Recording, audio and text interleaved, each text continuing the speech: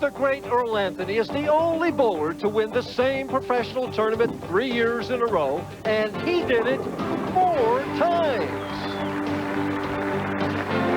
Tonight, Walter Ray Williams Jr. can join him as the only 3-time consecutive champion in the finals of the Ebonite Challenge right here on ESPN.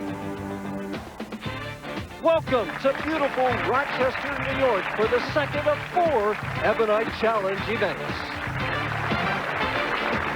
We're inside Marcel's Olympic Bowl here in Rochester, New York. Hi everybody, I'm Mike Durbin, and tonight we have 5 PBA champions vying for the Rochester title. In our opening match, we have 2 of the PBA's young lions. Contesting in our opening match in 5th place is a young player who is making his 7th championship round appearance this year, looking for victory number 3, Tim Criss. And his opponent is a former PBA Rookie of the Year with 4 titles of his own, Steve Hoskins. The winner of that match will take on our number 3 qualifier, the only left-hander on our telecast tonight. And he has 4 titles, and he's won all of them from the number 1 position. Tonight, he says it's about time to win from a different position, Jason Couch. And our number 1 qualifier is a young man from Kansas. He had high expectations when he came out on the PBA Tour, and everybody had those for him, especially when as an amateur in 1987, he won the ABC Masters Tournament. However, an injury slowed him down a little bit, but now he's healthy and back. Earlier this year, he won the PBA National Tournament, looking for victory number 3 here tonight, Rick Steelsmith. But the story tonight is our number 2 qualifier. He's the number 1 ranked player in the world and has been for quite a while. He's the first player to reach $2 million in career earnings. He's won 24 times. He's the reigning PBA Player of the Year. And if that's not enough, he's won the last 2 tournaments here in Rochester, trying for 3 in a row here tonight, Walter Ray Williams, who won this tournament in 1985. Marshall Holman is with him now. Thank you very much. Do you feel it's more important for you to win this tournament, to win the 3rd in the row, and build some distance on the Bowler of the Year race, or it's just another event for Walter Ray Williams Jr.? Well, it's not just another event. It's really fun to come back to a tournament I've won the last 2 times. That it would really be an honor to get a 3rd title here in a row, to tie the great Earl Anthony and one of the records he's the only one that has. But also, I think I need to win at least 1 or 2 more tournaments to lock up that Player of the Year. It's an awful close race this year. All right, Walter. Well, Walter seems focused, and we got 2 focused players going right now, Tim Criss and Steve Hoskins.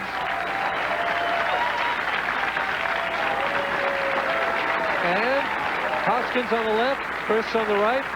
Tim Criss, who's affectionately known as Turtle, will open the match. And the reason the players call him that is because when he came out, he threw the ball so slowly. He likes the nickname, though. He's from Maryland, rooting for the Orioles in the championship game tonight.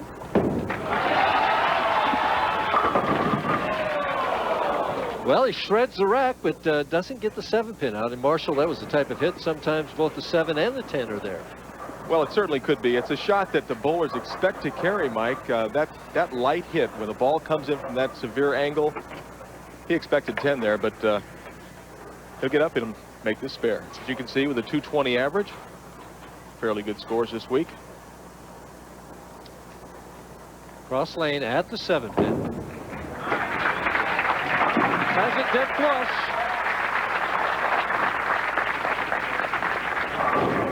Steve Hoskins is from Tarpon Springs, Florida. He's 5'5", 185 pounds. Won his first title back in 1993 in Grand Prairie, Texas. And if you like to watch the ball hook, you're going to love Steve Hoskins. Well, that one hooked a little bit too much, Marsh. Maybe a little bit tentative, didn't quite get the ball far enough to the right, leaves himself a difficult 4, 6, 7, 10, and he'll switch balls and just try and get 2 of them, being very early in the match. Hard and straight at the 6-10. Sends it over by the 4-7, but didn't get it. And we'll take a look at Steve Hoskins, a powerful player, very deliberate in his approach, heel toe with his footwork. Very high backswing, develops a lot of power through the release, really pulls up hard with that wrist. Unfortunately, went right through the heart for the big split.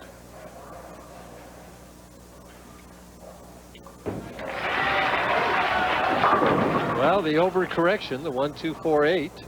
And you see it so often, Mike, when a bowler goes high on one lane, he makes that adjustment on the wrong lane. Now we'll take a look at Steve Hoskins once again with that very, very high backswing. Look how far to the right this ball goes, and just doesn't have a chance to recover, Mike.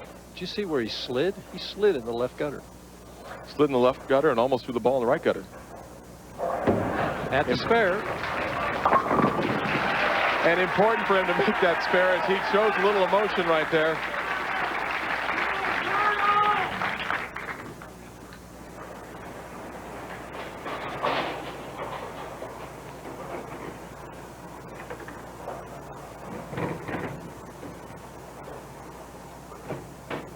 Criss, second frame.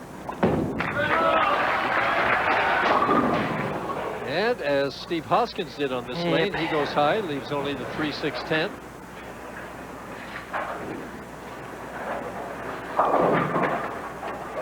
So does he take another ball and throw it straight, or does he use this ball and hook it into it? Well, he's staying with the same ball that he threw for his strike, so I think he's going to just move in a little bit deeper and use his strike shot. Move about 5 or 6 boards left on the approach. Use the strike shot to make this spare.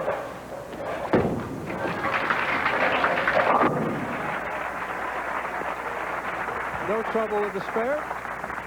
Rochester, we've been here at Marcel's Olympic Bowl for 13 years, and we could see some of the past champions. In 1985, I see a familiar name. Who is that guy on the bottom? And even before that, or after that, right, we see David Ozio, Norm Duke, and of course Walter Ray's just taken over the last 2 years, and maybe this year also. Trying for 3 in a row. And right now, Tim Criss trying for 1 in a row.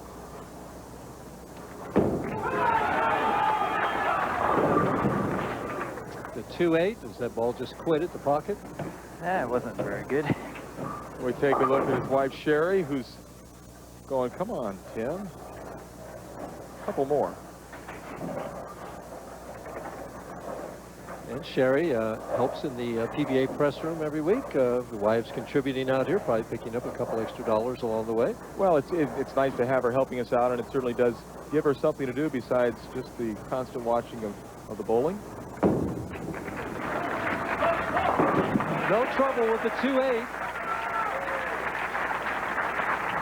Tim Criss leads by 7 pins. Steve Hoskins steps up on lane 34 in the 3rd frame. And with even that tough start that Steve Hoskins has gotten off to, he really finds himself in fairly good position. Only down 7 pins. Has a chance to strike here in the 3rd and 4th frame. Take a 3-pin advantage.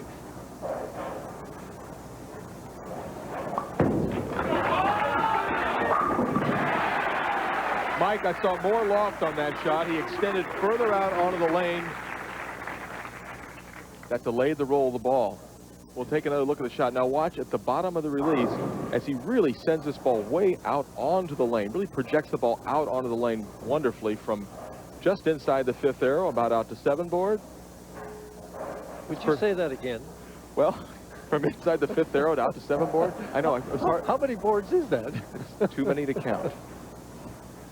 But not an uncomfortable shot for Steve Hoskins.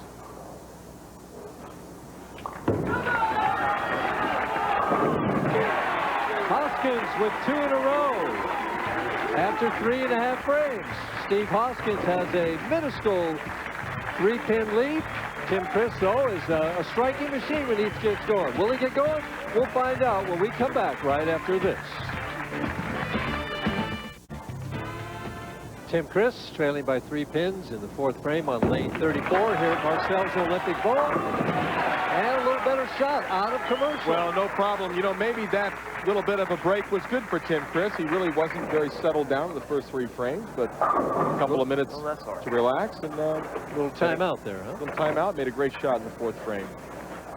Now it's Tim's turn to try and take a 7-pin lead right back again with a strike here in the 5th frame. And the scoreboard tells the story right there.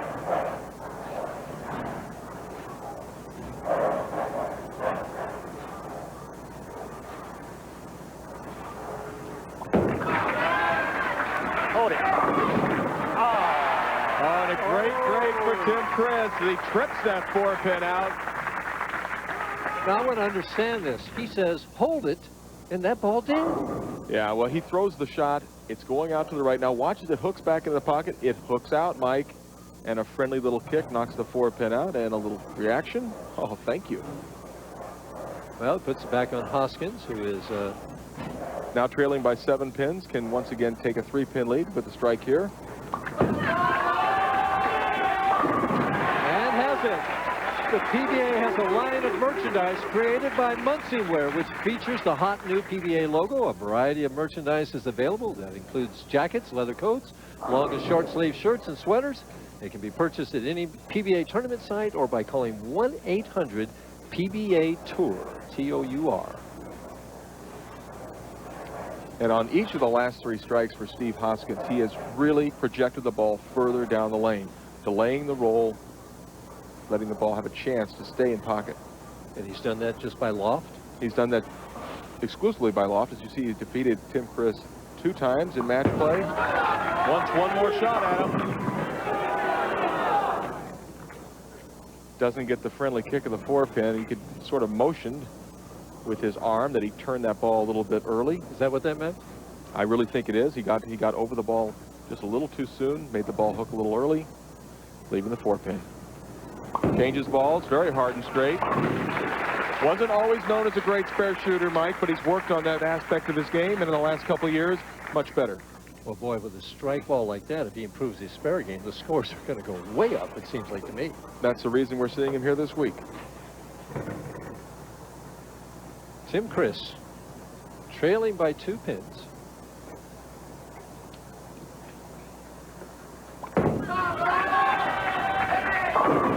Ooh, good shot, leaves the flush 4-7. Sherry can't believe it. She thought that ball was a strike. As we heard Tim say, that was a good shot.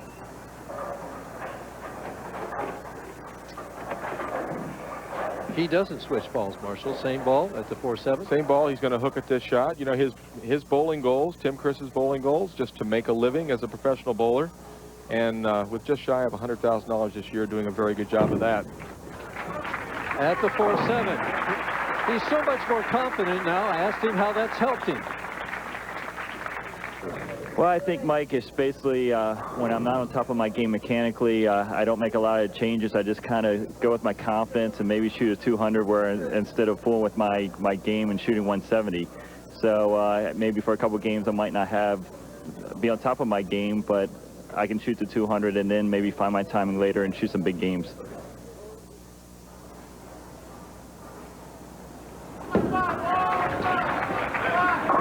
Back in there. Tim Criss with a strike in the 7th frame. He trails by 4 pins as we have a very tight, exciting match. Will be determined at the end here. Who's going to win? We'll find out when we come back after this. Mike Durbin along with Marshall Holman. We're in the first match of the Ebonite Challenge here at Rochester. Steve Hoskins is in the 7th frame, leading by 4 pins, working on a spare.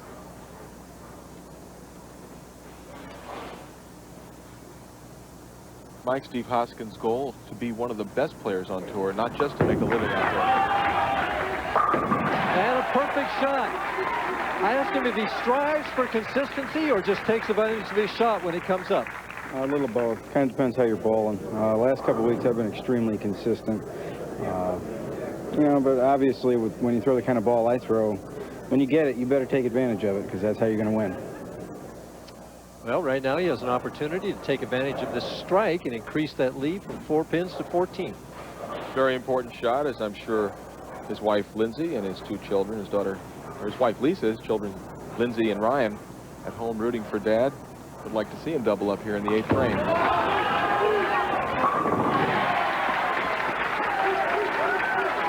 A little fire there. He's an excitable young man. We'll take a look at just a beautiful position at the bottom of the swing. Everything comes together for a lot of power, good lift wrist. And how about a reaction from Steve? Big reaction from Steve. Tim now needs one of his own as he trails by 14 in the 8th frame. Well, both players have settled down. We've seen a lot of shots in the pocket in the latter part of this game.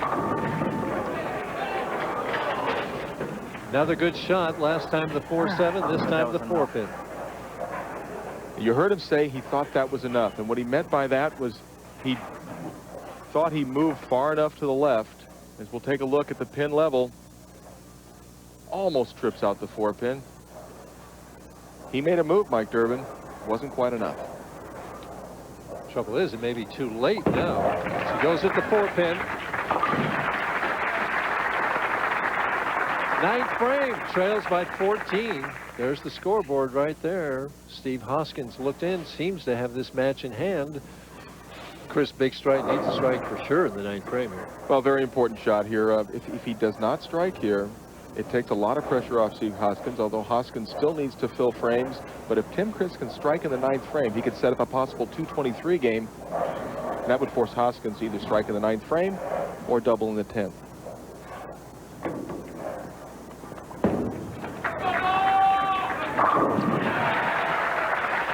Well, he's got it figured out now on that lane anyway.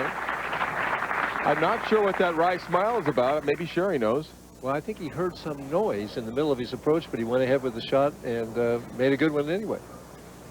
Yeah, those noises never bothered me either, Mike. I know they never. Your concentration was impeccable. Thank you.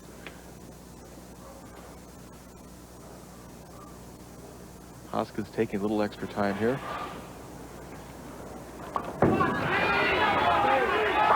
Oh, that's just awesome. And did you see the sign? Hoskins is my hero, and if he keeps throwing the shots like that, he'll be everybody's hero. Well, our scorekeeper, Dave Smart, has informed us that he needs 7 spare and a strike to lock up the win.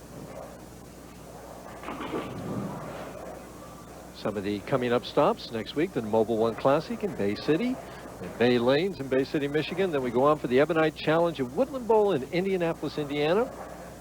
And then we have the Ebonite Challenge at Pinboys of Western Branch in Chesapeake, Michigan, and the Bear Brunswick Touring Players Championship to finish out our fall segment. And I gather you're going to bowl the last 3. I'm going to be bowling in Indianapolis, Chesapeake, and in Pittsburgh. So try my hand at throwing the ball for a few weeks. Oh, good. Right now, Steve Hoskins is going to try his hand at throwing one more strike and cement the first victory.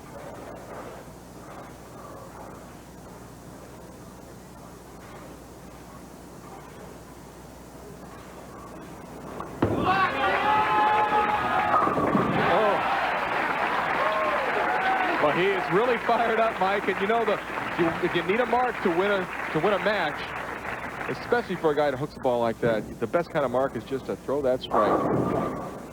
Now he'll just work on keeping his momentum.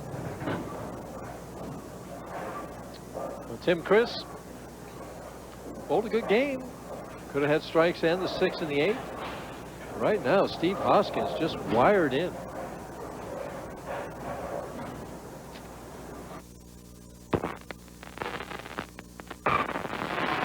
And ever since he started walking the ball further out on the lane, it's really settled his ball pattern down and kept him in the western pocket.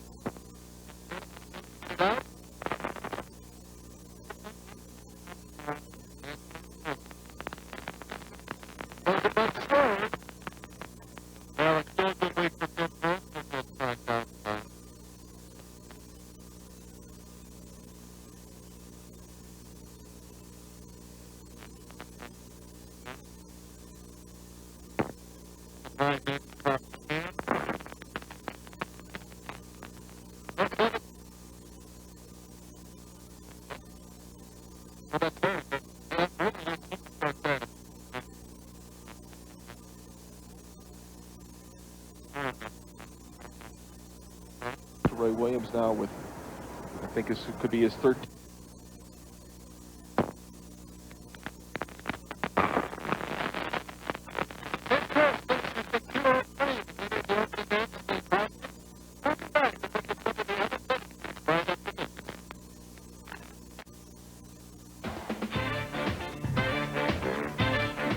Several other people made money this week. Now let's take a look at our top finishers here in Rochester. In 6th place, Doug Kidd. He's a local favorite from nearby Canandaigua, New York. He just missed. Parker Bone III, with his $3,000 check, he inches just $5,000 away from his first $200,000 season. Brian Goebel, he likes it in warm Tucson, Arizona. He's won there 3 different times. Ernie Schlegel, the Iron Man, has bowled in more PBA tournaments than anyone in the history of the PBA, with almost 800. And Del Ballard Jr., he's just a PBA National Championship away from becoming the 5th Triple Crown winner and the 2nd Grand Slam winner.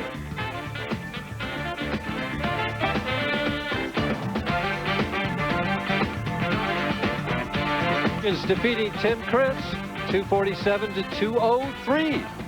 Now he moves on to take on Jason Couch, the only left-hander here tonight. Ought to be a good match between 2 of the PBA's young lions. Who'll win, we'll find out when we come back after these important messages. And a capacity crowd is always here at Marcel's Olympic Bowl in Rochester, New York. Great bowling fans up here in New York. And 2 great players here on the PBA Tour. I don't know which one hooks it the most, Hoskins or Couch. They both cover the whole lane, but one from one side, one from the other side. They like to boom it.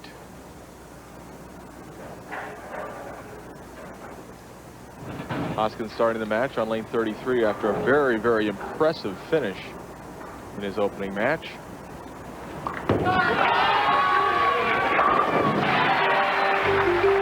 That would help. Well, staying with that good loft, he got that ball inside of his target a little bit, but it held and struck.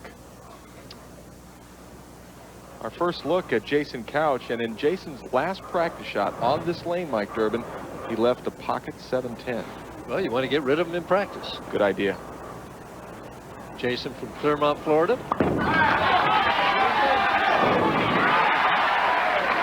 No 710 there. Now we see the power of Jason Couch. Take a look at this very, very high backswing of Jason Couch from way inside, throwing the ball out to about the 2 board. Here it comes. Bang. And he likes it. A little fire in his blood. Jason was the 1992 PBA Rookie of the Year. And of course, Steve Hoskins was the 1989 PBA Rookie of the Year. So, for an early double. oh, the 0-3-7. Happens a lot with players that hook the ball a lot. The ball comes in very, very late. We'll take a look and watch this ball, Mike, as it comes in very late into the 1-2 pocket. Doesn't get up high enough. That big angle makes it possible to leave not only the 3-pin, but the 7 as well. Now he'll try and get this ball just to the right-hand side of the 3-pin, send it over into the 7. Probably didn't practice that in the practice balls, and it didn't hook as much as he thought it would. Now he anticipated that ball hooking more. This gives Steve Hoskins a very good opportunity. Sitting on the bench with the 12-pin lead, can extend to 22 with a strike here in the 2nd frame.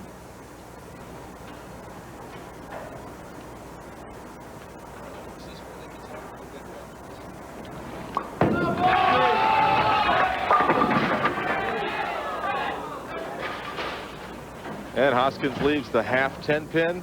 Thought that ball had a good chance to strike. Really wanted to put a lot of pressure on him. Take another look at Steve Hoskins as he throws the ball well to the right. Look at the 6-pin. It just lays in the channel and does not get any messenger help for the 10-pin. He switches balls to go hard and straight. Important spare.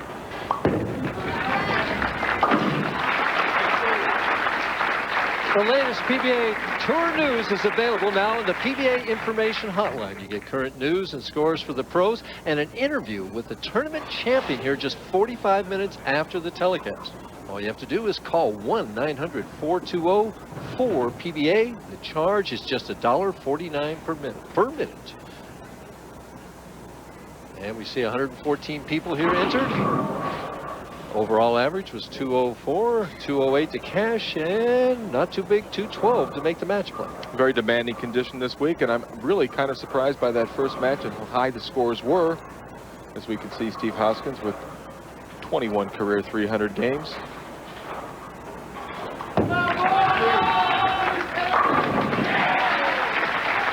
That ball is just alive.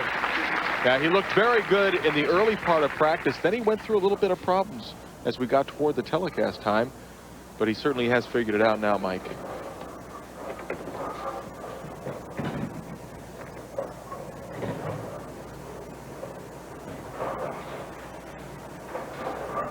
Jason defeated Steve Hoskins in match play, but he wants to defeat him right now.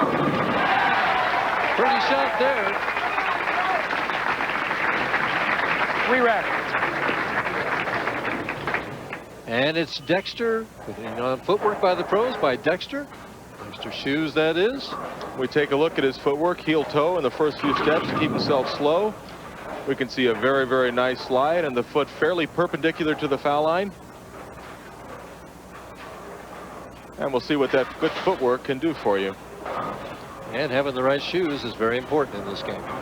Especially with the way the approaches can be. They can sometimes be slippery or sometimes a little tacky, so certainly important. Yeah, baby. Oh! And he liked that one. You know, I think he thought this ball was going to be flush in the pocket. He's going, yeah, baby, right about now. Hooks a little bit high, gets a friendly kick, knocks the 6-pin down.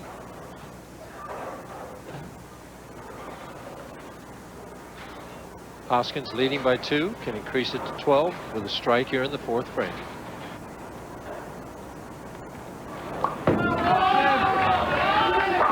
And perfect. Whew. Well, a nice looking shot for Steve Hoskins, and a very confident shot. Really didn't run it out. Enjoyed.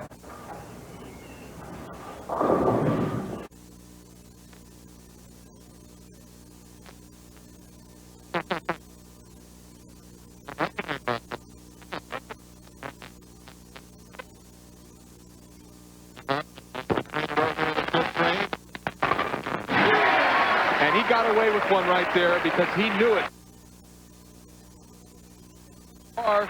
But it stopped hooking. Boy, it just, as they say, hooked out right at the pocket. Very fortunate for Steve Hoskins as he puts a lot of pressure on Jason Couch. Jason finds himself 22 pins down as he enters the 5th frame.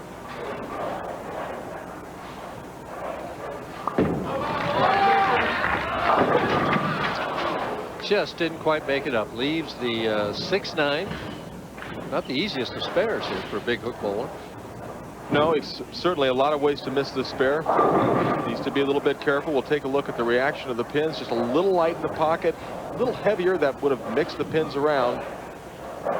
But he leaves the 2 standing. At the spare. Important to stay in touch with Steve Hoskins by making the spare. Has it. He's dedicating this tournament to a very special person. He tells us about it. Yeah, sponsor passed away on the break. We had a 3-month layoff here on the tour, and he passed away from cancer. He fought the battle for about 2 years. And Jewel, his wife, is sitting at home. This is for Billy tonight, Jewel. I love you both. Trailing by 24 pins, 6th frame.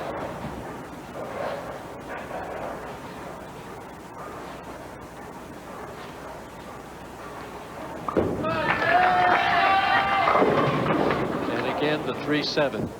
You know, and he really had the lanes wired in practice. I was watching him in practice, and all of a sudden his ball started going a little bit longer, a little bit longer. As we can see once again on lane 33, the same lane he left the 3-7 on earlier, the ball going very wide. He's trusting it, but it just doesn't quite get back. And it's unusual for the left side to experience the carry down, but I believe that's exactly what's happened. Tries to convert the spare, but doesn't. Steve Hoskins seems to have this match well in hand as he leads by 37. We'll find out if Couch can come back after this. Steve Hoskins up on lane 34 here in the second match, leading by 37, working on 3 strikes in a row. Match well in hand. If he doesn't do something perfect, absolutely perfect. Now it's up to 47-pin lead. Steve Hoskins, a very confident player when he gets it going. And, you know, I've seen him have tough weeks out here, and he shakes them off, forgets about them, and then goes about his business the following week. Well, if you're going to throw that big hook like that, you're going to get a lot of zeros up there, too, and you got to be able to shake those off. That's right. As we see Jason Couch a little bit disappointed right now, as he certainly should be disappointed. Steve Hoskins, as we can see, look at the high game 276, low game 157. Trying for 5 in a row.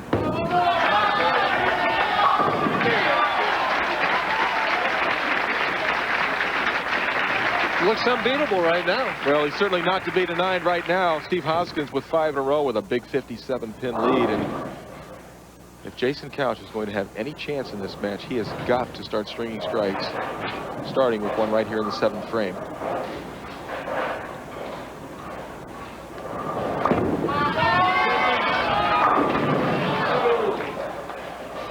And there's his wife, Kelly, and she knows the situation right now.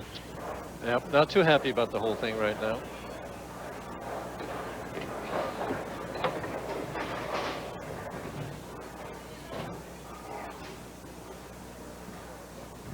At the 7-pin, has it. The PBA has produced a limited edition Triple Crown print. 1,000 of these prints have been created, and each features the authentic signatures of the 4 Triple Crown winners. That's Hardwick, Petraglia, Weber, and Albee. These prints are $100 each and can be purchased through the PBA office. Again, these limited edition Triple Crown prints are $100 each. You can call 330-836-5568 for further information.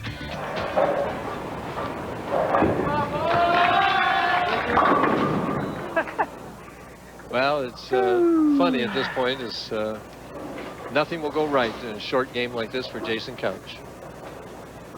Yeah, he looked like he was in such good command of the lanes earlier in practice, but having problems here in the match. There's his career earnings approaching $400,000.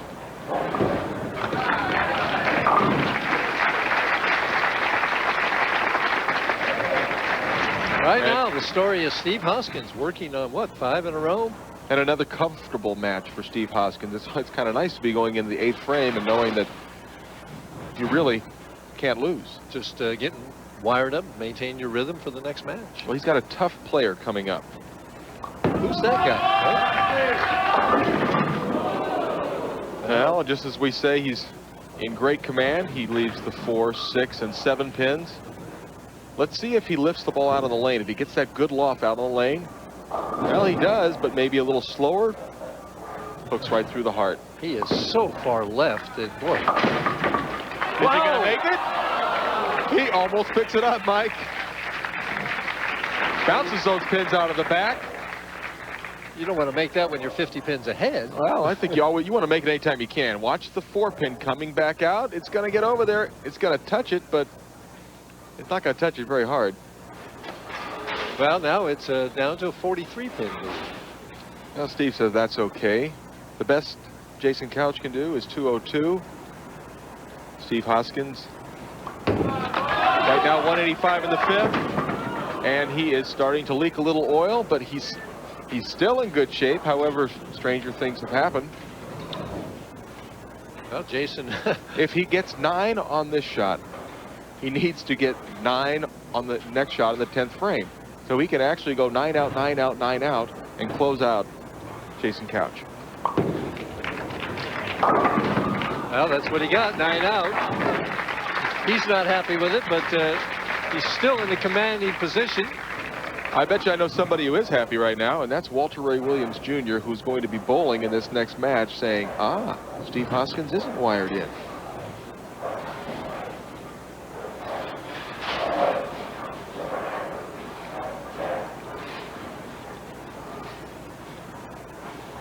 Ninth frame. As we see the proprietor here at Marcel's Olympic Bowl, Marcel Fournier. And Marcel's mother passed away earlier this year in July. Simone, she was a great fan and an avid bowler, and she would always come to the tournaments, and she's going to be dearly missed. Especially by Marcel. There's the scoreboard right there. Hoskins opened the last 2 frames. The difference 32 pins. The best Jason can get is 202. That would at least make Steve show up for the 10th frame. Well, it certainly would, and it would make the match interesting. And I saw more than a few people throw 2 balls in this tournament and not get 8 pins. Well, still alive. He's making it a little bit of a match out of it, down by 22 pins right now.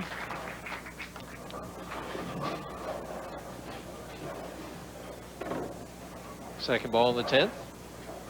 This one puts him in the 200 category. You know, if Jason were to strike out and shoot 202, I'm wondering if Steve Hoskins would just get up and throw it hard and straight down the middle, just try and crumble him down. Yeah, thinking that you need 9 on 2 balls. That would be the intelligent thing to do, wouldn't it?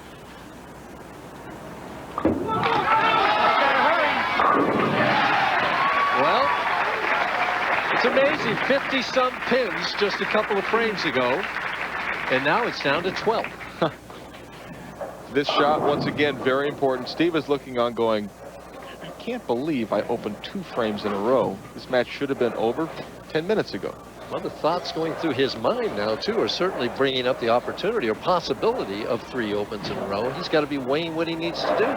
Probably depends on whether he strikes on the fill ball. He's got to be a little bit nervous. Important shot. Needs to get them all. A little more speed. And a great finish from Jason Couch. Shoots 202. Down by 12 pins. Forces Steve Hoskins to show up in the 10th frame. As you can see, he needs 9 pins. He's standing left. I think he's going to hook it.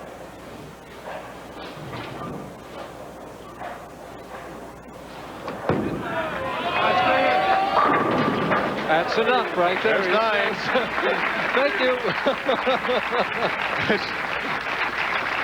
I don't think Steve's real proud of these last 3 frames, but he says, hey, that's okay. I got the job done. I'm going to bowl against Walter Ray Williams Jr.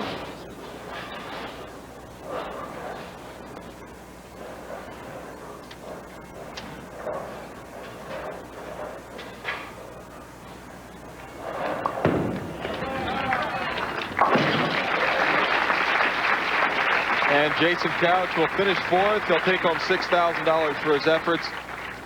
Still a very good week for Jason. And we want you to be sure to stay tuned for the Ebonite Challenge sweepstakes. They'll be coming up right after this match, where an amateur player will have an opportunity to throw a strike to qualify for a Ford truck. So don't go away. Steve Hoskins finishes with 213. He's the winner. 213. Jason Couch 202 in a close match. Stay tuned for the Ebonite Challenge sweepstakes after this. Match number 2. Steve Hoskins rolling right along, defeats Jason Couch 213 to 202. But in the next match, he's taking on the king. Walter Ray is waiting in the wings to take on Steve Hoskins. Who's going to win? We'll find out when we come back after these important messages. Stay tuned. Welcome back to gorgeous Rochester, New York for the Ebonite Challenge. We're at Marcel's Olympic Bowl. We've bowled 2 games already, and Steve Hoskins has won both of them. But right now, he's got to take on Mr. seemingly invincible Walter Ray Williams Jr. And Walter bowling in his 13th televised finals of the year, which is, that's a bundle. Well, will it be lucky or unlucky? Well, we'll certainly have to find out soon.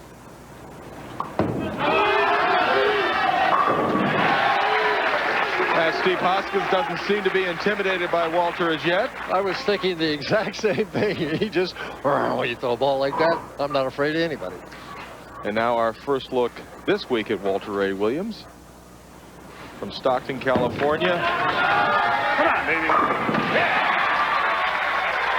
And Walter Ray never intimidated by anyone. And Mike, I really feel Walter is such a great bowler because not only can he bowl great, throwing the ball hard and straight like he generally likes to, but he can also hook the ball, which really gives him so much versatility.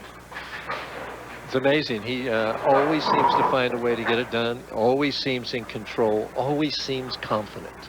As he blows a little air into that thumb hole to keep a steady grip. All the way, Walter Ray. Well, with shots like that, he certainly could go all the way. He enjoys the moment, doesn't he? He has become much, much more comfortable bowling on television by virtue of how many times he's been on. 98 times. 98 times, and he certainly does enjoy himself. Steve Hoskins could square this match level. We take a look at the power of Steve Hoskins as that ball goes well to the right, comes back in and snaps them all out. We'll get another view of Steve Hoskins' approach. High backswing, good loft, and great power. Watch the pins react. And if this was football, they'd have thrown a flag because that was clipping, but he knocked out that 7, and it's a strike in bowling. This is Steve's 14th career TV appearance. Got a good record, 19-9.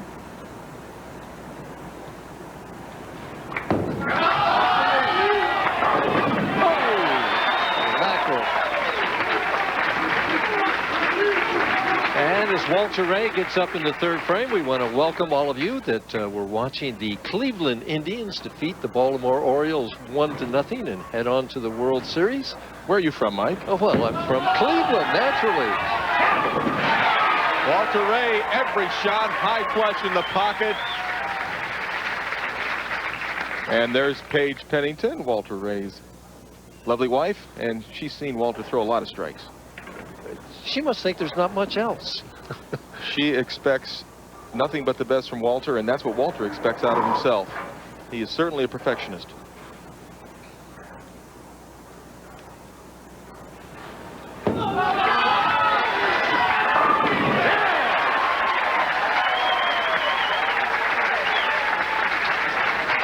Walter really cutting it loose, as he always does. Never makes a tentative shot. And you talked about that earlier, you know. Well, I think it's really Walter's strength. Hoskins staying right with him. Strike here to keep the match even. Oh, look at that from Steve Hoskins.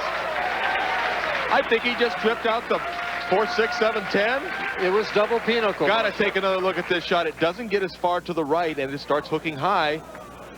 And there's double pinochle, and there it isn't. Look at that reaction. Steve, a little bit of a comedian. Now, can he take advantage of it now? And will he make that subconscious adjustment for coming in high in the right lane? Looks very calm.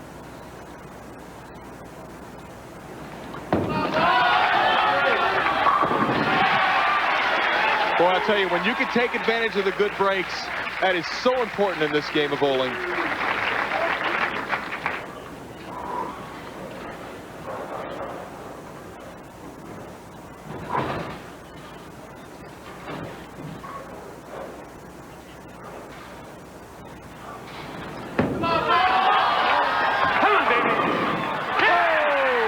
And that's 5 in a row for Walter Ray, matching Steve Hoskins strike for strike. As we take a look at Walter Ray, this is in 1995, bowling against Dave Traber for this very title. No, this is live. Oh, excuse me, that was a shot in the previous frame. And there's his reaction. I'll tell you what, we get some good facial reactions from both these guys.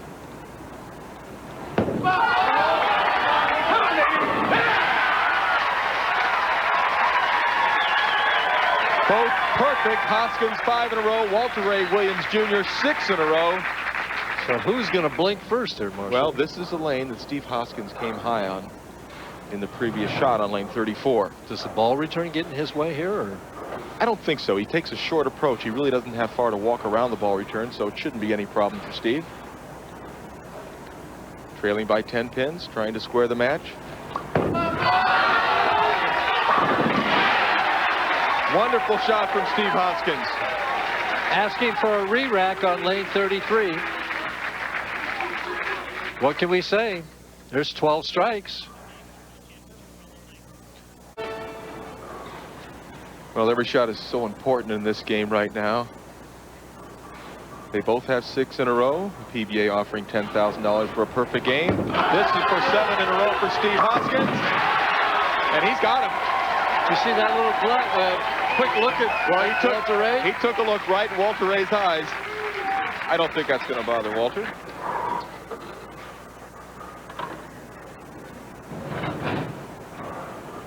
Very little time.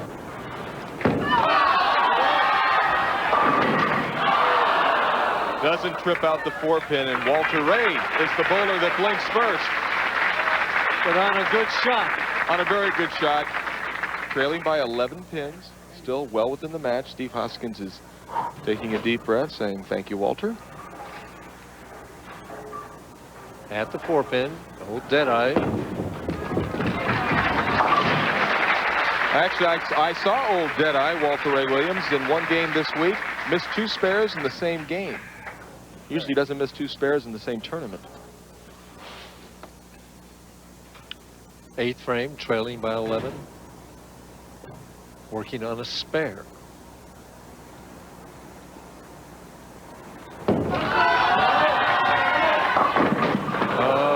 Oh my gosh. Now there is a big error as you hear Walter go, wow. Boy, that didn't feel that bad. Jeez. Walter thought he made a good shot, maybe popped up a little early on that, and the ball certainly popped up into the pocket high. 4, 6, 7.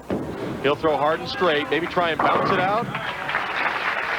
Gets 9. And the way Steve Hoskins is going right now, Walter's chances for the three-peat look remote. Well, important, as we recall in last game, Steve Hoskins was working on 5 in a row, got up in the 8th frame, open, got up in the 9th frame, open. Important, I don't think he's thinking 300. He's thinking, let's take care of Walter Ray right now with this strike. What a nice looking shot from Steve Hoskins. Great delivery, beautiful result. Well, 8 in a row. Right now, Steve Hoskins working at a 260 pace with the opportunity for 300. The best Walter Ray Williams Jr. can shoot 255. So is he thinking about 300 yet? No, I don't believe so. I think he's still thinking, let's make one more good shot. He strikes here. You can count on him thinking of 300. He locks up the match if he strikes. With a strike here, he is the winner.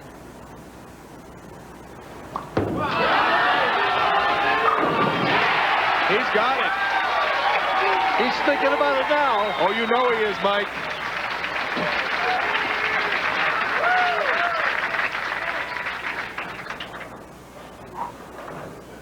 Walter finishing it out. Starting with 6 in a row and seemingly shut out, and who would have thought that could have happened? And now a solid 9. He looks at his fingers going, I don't hook the ball that much. I'm not supposed to do that. I'm not a Steve Hoskins. Walter's got a great attitude. Even though he threw the bad shot in the 8th frame and hasn't struck since the 6th, he's still smiling. There's the scoreboard, 45 pins the difference. But the story right now is Steve Hoskins needing 3 more strikes for the perfect 300 game.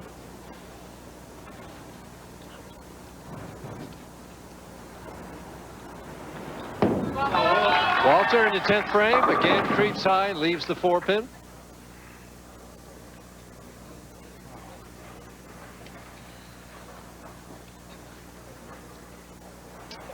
Picks up the old spare ball. We'll throw it straight at the 4-pin. Just trying to get out of the way here. Picks up the spare with a strike. He'll finish with 234.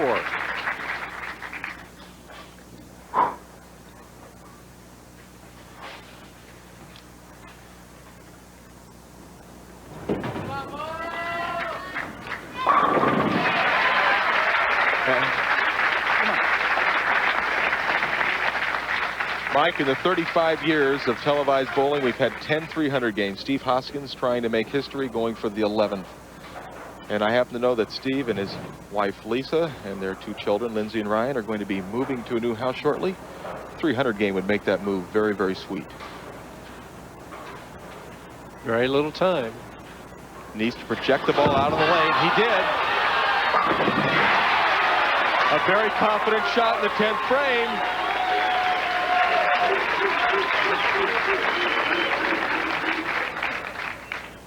Take a look at the familiar style of Steve Hoskins and watch this ball hook back into the pocket. Almost a ring in 10? Not really. 6-pin just clipped it going around. Just enough. Just enough. Taking a little extra time, trying to compose himself. Just wants to continue to do what he's been doing for the first 10 shots.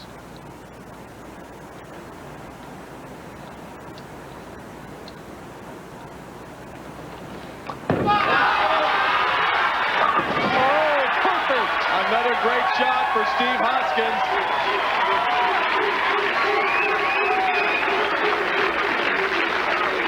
Boy, he's got this crowd in a frenzy. He's got me excited. The crowd really comes alive when the bowler gets the 11th one. Yeah. Well, here it is. He's got 11 in a row. He's won this match, beating Walter Ray Williams Jr., and now a chance at history.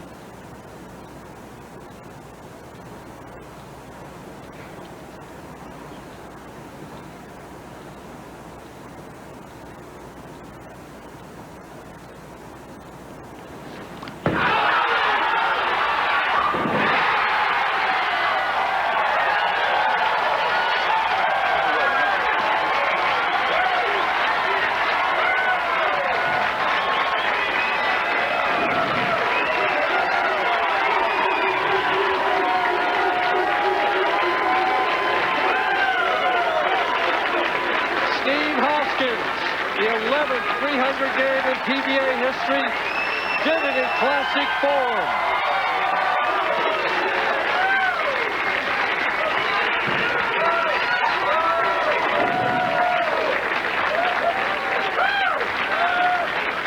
Deep inside, out onto the lane, as we've seen so many times tonight.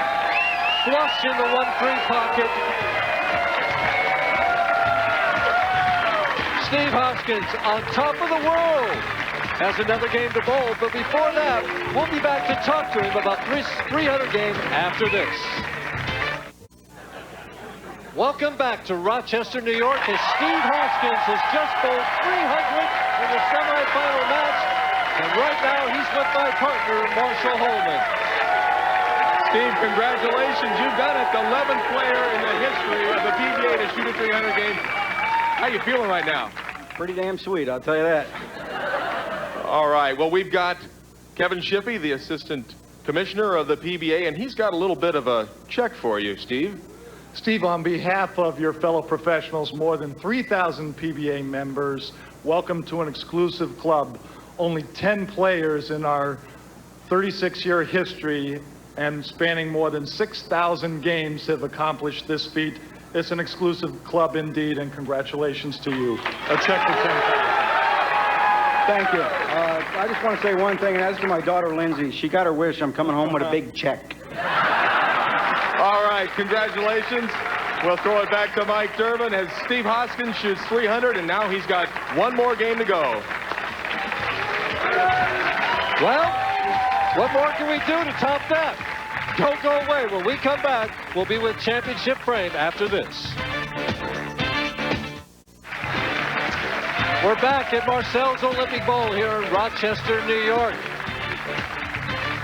Now it's time for Championship Frame, and in the opening match, Steve Hoskins, who else, defeated Tim Criss 247 to 203. That was just the beginning. In match 2, he defeated Jason Couch 213 to 202, and that set us up for match 3, where he made PBA and bowling history. You tell us about it, Marshall. Well, Mike, here we go. This is the 12th shot. His chance to be the 11th player PBA history to shoot 300. There's that good projection. It's coming back.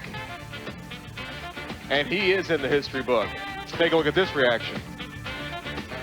All 10 pins in the pit. He knows it's a good one. One time, he says, and one time it was. 12 in a row. Steve Hoskins, the 11th player to bowl 300 on national television in the PBA history. And of course, couldn't have come against a greater opponent as he defeated Walter Ray Williams Jr. 300 to 234. Well, what can we do to top that? Rick Steelsmith says, I'm only interested in winning. So does Steve Hoskins. Who's going to win? We'll find out after this. Stay tuned. Mike Durbin back with Marshall Holman here for the championship match at Marcel's Olympic Bowl in the Ebonite Challenge here in Rochester. Well, the question that I have on my mind is, can Steve Hoskins put that behind him, regroup himself, refocus, and get back to business?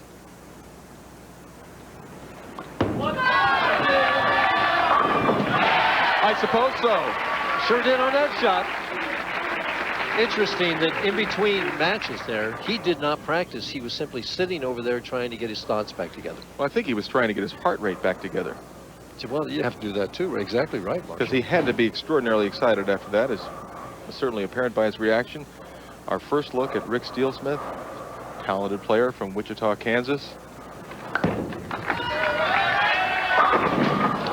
And a solid 10 right out of the gate. And there's Bill Supper, the Vice President of Sales of Ebonite International. And Bill wanted me to say hi to his wife for him, his wife Joanne. She's going to be out of town for a couple of weeks. And Joanne, Bill says hi. Cross lane at the 10 pin. Rick has it. Of course, Rick Steelsmith was an All-American at Wichita State. He's won 5 FIQ titles. And he won the ABC Masters tournament as an amateur in 1987. Well, Mike, he was the quintessential can't-miss player who, unfortunately, earlier in his career, had some problems with his shoulder, and it really took its toll on Rick. And in fact, it took him off the tour for a couple of years, but he's back and has been bowling very, very solid this year.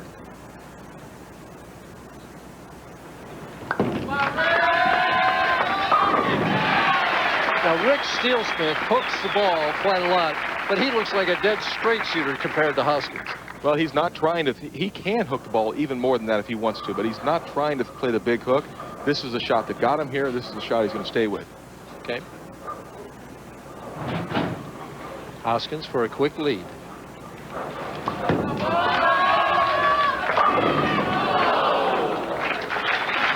And there's the tournament chairperson, Joanne Fournier, as Steve Hoskins does something very unusual. He didn't strike. Well, he's just glad that that 10 pin didn't stand on the 12th shot.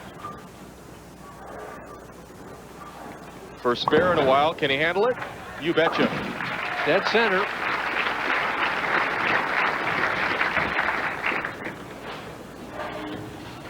Well, even after 2 frames, the difference right now, Steelsmith working on a strike. Hoskins here in the 3rd frame working simply on a spare. I really think that spare in the 2nd frame for Steve will actually help settle him down even more.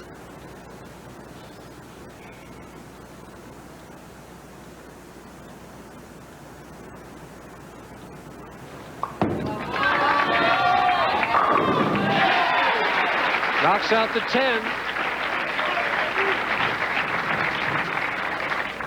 Rick Steelsmith with the opportunity to take a 10-pin lead in the 3rd frame with a strike here. Of course, Rick earlier this year won the PBA National Tournament. That was his first singles victory ever. And it came a lot longer than most people would have thought. Once again, that shoulder problem really took him out of contention for many years, but he's back. And there's a power strike for Rick Steelsmith. Gives him a quick 10-pin advantage here in the 3rd frame of the championship match. As we take a look at Rick Steelsmith, the 5-step approach, very solid, little more than shoulder high backswing, a good reach, nice lift, and watch the 5-pin. Ball takes care of it. All 10 pins are down. And Rick now using a 16-pound bowling ball, where for years he used 15. He went to the 15-pound ball because of the injury, but he has gone back to 16, and maybe that extra pound is what he needed to knock the 5-pin out on the last shot. That's got to slide. Well, that ball was thumb down when he let go of it. He knows it was a bad shot. Fortunate just to get the 9 pins. Thumb down meaning? Meaning he overturned the ball early. Got the ball into an early rotation, got the ball left of his target, almost got away with it, getting a Brooklyn strike, but leaves a 6-pin and makes it. A little sigh of relief there. I don't think he threw the spare ball like he wanted to either. No, that was a little bit of excitement for a 6-pin. Right now, Hoskins can take a quick 1-pin lead if he can double here in the 4th frame.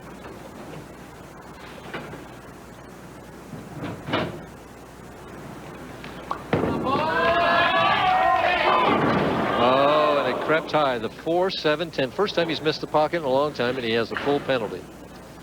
Yeah, it looked like that could have been, that was 2 mistakes. A little slow with his ball speed and certainly left of his target.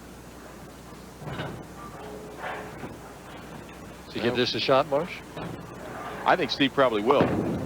He does give it a shot. And he pays the penalty on a strike. He loses a couple extra pins in count. You can see this first ball he threw never got far enough to the right. And with the ball hooking as hard as it is toward the pocket, split is almost inevitable. Right now has to put it back together here. 5th frame, lane 33, trailing by 23 pins.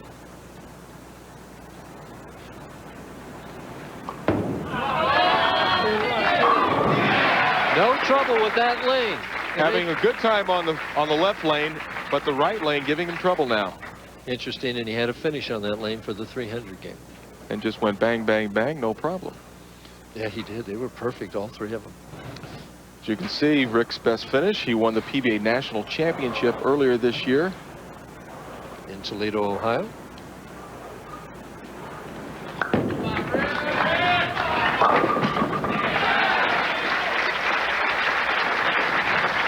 And it's Dexter is the footwork of the pros. So now let's check out the footwork of the pros by Dexter Shoes.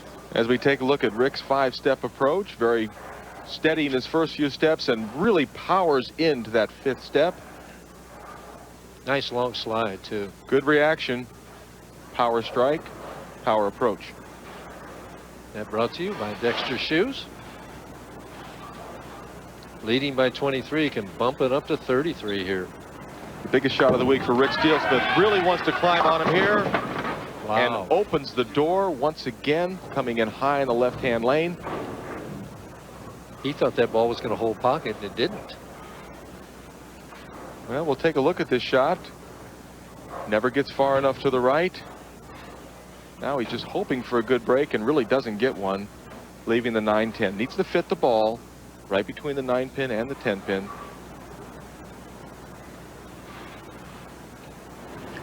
To keep that 23-pin lead, and he does it. Perfect shot. Not only does he save that lead, but he keeps momentum on his side, Mike.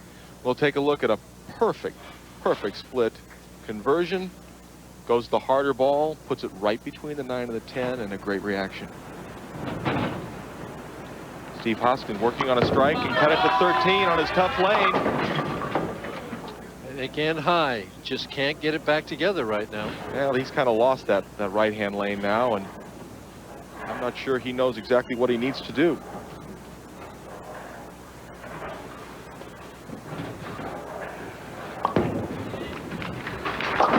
The PBA introduces their information hotline. That's the latest PBA Tour news is available. Current news, scores for the pros. Await your calls 24 hours a day, and there'll be a chat with the winner of this game 45 minutes after airtime. Just call 1-900-420-4PBA. The charge is only $1.49 a minute. So if Steve can bail this game out, you can ask him about that 300 game.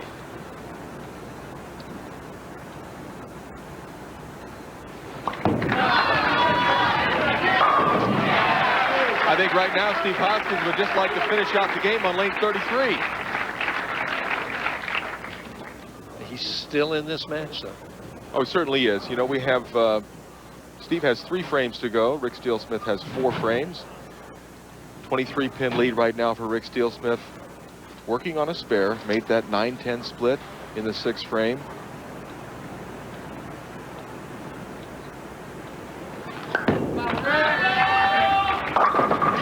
Well, he's lost it on both lanes now. Again, Well, high and leaves only the 6-pin.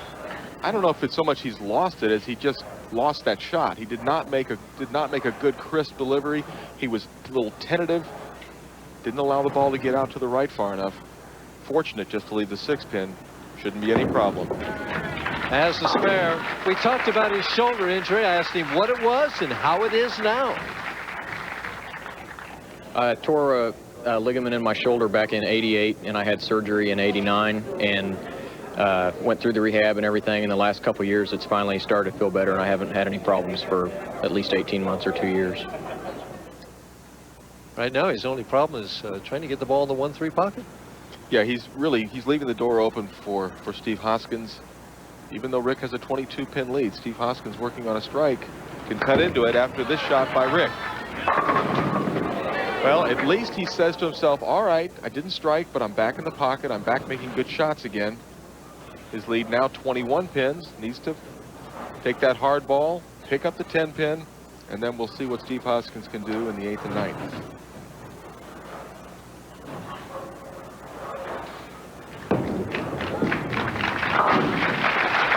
Hoskins, 8th frame, trailing by 21 pins. Now, this has been his tough lane this game, and he's going to have to finish on this lane also. So here we are in the 8th frame, a chance to cut the lead to 11. I'm pretty sure he's moved a little bit further left. You can see him drift left on the approach. Well to the right. That's it. So what are you thinking of your Steelsmith right now?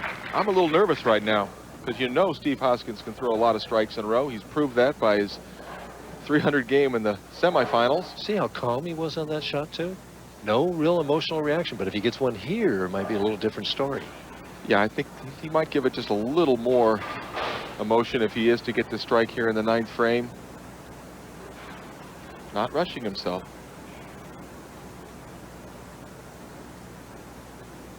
This to cut the lead to 1.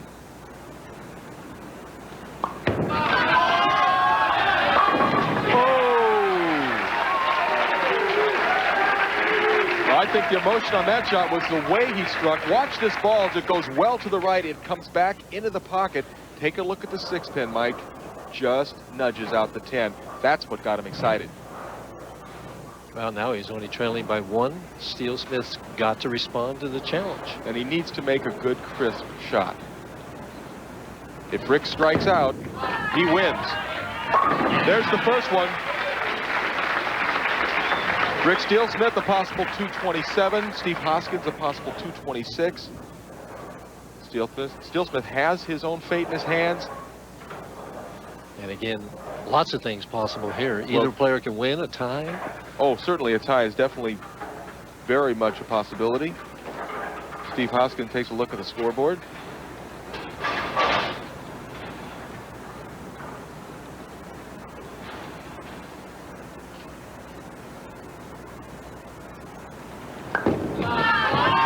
That went way right.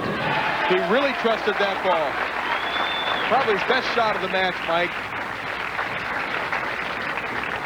Now watch how far to the right he gets this ball. He's moved in. He's really trusted it. He's letting his swing do the job. Boy, under pressure, he can't do it any better. Beautiful reaction. Right now, he's just hoping. He says, I know it threw it good. Will it strike?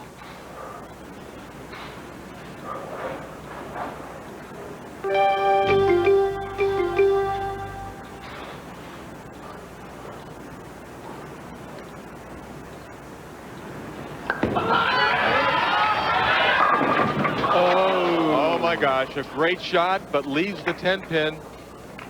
Well, if he makes it, there will be no tie. He makes this, it'll be 216. Will force Steve Hoskins to double in the 10th frame. Important spare. Well, here we go, Mike Durbin. Steve Hoskins needed 3 strikes in a row to shoot 300 last game. Now he needs 2 strikes in a row to be your Ebonite Challenge champion.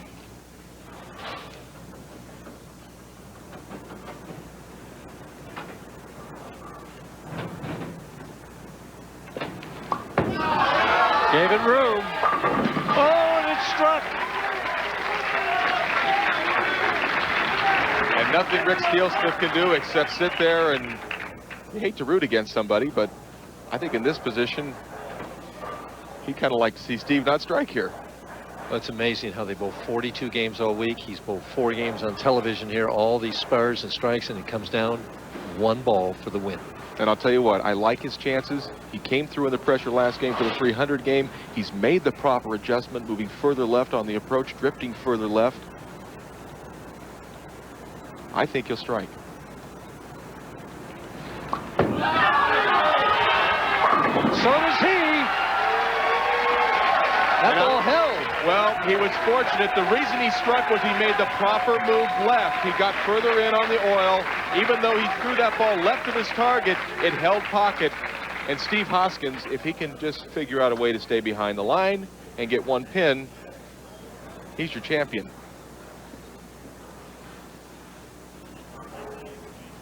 And that's enough right there. Hoskins is the winner. We'll be back to take a look at our winner and receive his check and trophy right after this. Don't touch that remote. A performance of a lifetime. Steve Hoskins is the winner. A check from Bill Supper right there, Vice President of Sales of Ebonite, and the trophy from Marcel Fournier. For Marshall Holman, this is Mike Durbin saying so long from Marcel's Olympic Bowl in Rochester, where, of course, Steve Hoskins is your champion. Be sure to join us next Wednesday for the Mobile One Classic from Bay Lanes in Bay City, Michigan. Stay tuned now for Shell's Wonderful World of Golf with Nick Faldo facing Tom Lehman. This has been a presentation of ESPN, the worldwide leader in sports.